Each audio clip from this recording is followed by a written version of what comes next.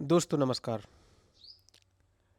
कल दिल्ली में जो बम विस्फोट हुआ उसके संबंध में भारत सरकार की सीसीएस की मीटिंग थी और सीसीएस की मीटिंग में सरकार ने यह माना कि यह मामला टेरर का है। सरकार ने दिल्ली की जो घटना घटित हुई है उसको एक्ट ऑफ टेरर माना।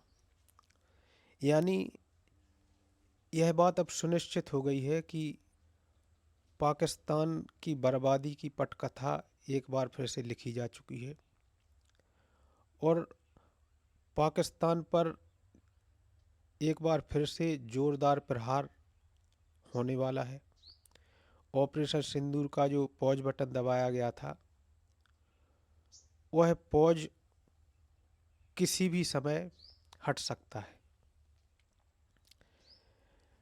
आप लोगों को याद होगा कि ऑपरेशन सिंदूर के दौरान प्रधानमंत्री जी ने एक शब्द पर बहुत जोर दिया था, न्यू नॉर्मल। यानी उन्होंने कहा था कि भारत का अब यह न्यू नॉर्मल है, यानी नई युद्ध नीति है कि भारत पर कोई भी आतंक की घटना इस देश के खिलाफ युद्ध की घोषणा मानी जाएगी। तो दिल्ली में सीसीएस की मीटिंग में जो निर्णय हुआ, दिल्ली की घटना को एक्ट ऑफ टेरर माना गया। यानी भारत सरकार अब इस घटना को एक्ट ऑफ वॉर की तरह ट्रीट करेगी और इस घटना के खिलाफ जो प्रतिक्रिया की जाएगी, जो प्रहार किया जाएगा, वह युद्ध के तरीके से होगा। लेकिन एक सवाल और है कि राहुल गांधी जी लंबे समय से भारत में और विदेशों में एक बात जोर देकर कहते रहे हैं। कहीं कहते देश में केरोसिन छिड़का है, तीली की आवश्यकता है, इस देश में आग लगने वाली है। प्रियंका गांधी बिहार चुनाव के दौरान भड़काने का काम करती हैं कि देश का जेएनजी चुप क्यों है, लोकतंत्र को बंधक बनाया जा रहा है, क्या आप लोग लोकतंत्र को बंधक बनते हुए देखेंगे, आप लोग चुप रहेंगे।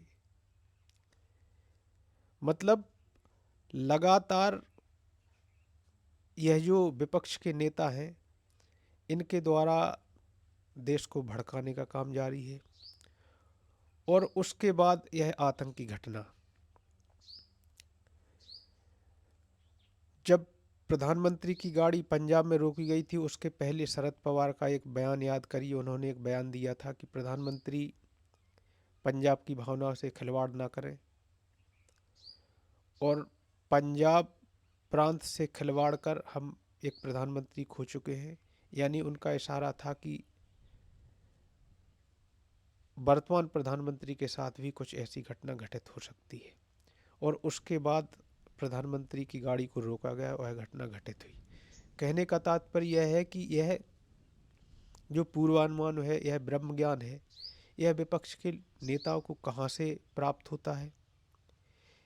यह कोई संयोग मात्र है कि वह कहते हैं वो घटनाएं घट जाती हैं, या कहीं ना कहीं इनके तार जुड़े हैं, इन्हें कोई सूचनाएं प्राप्त होती हैं।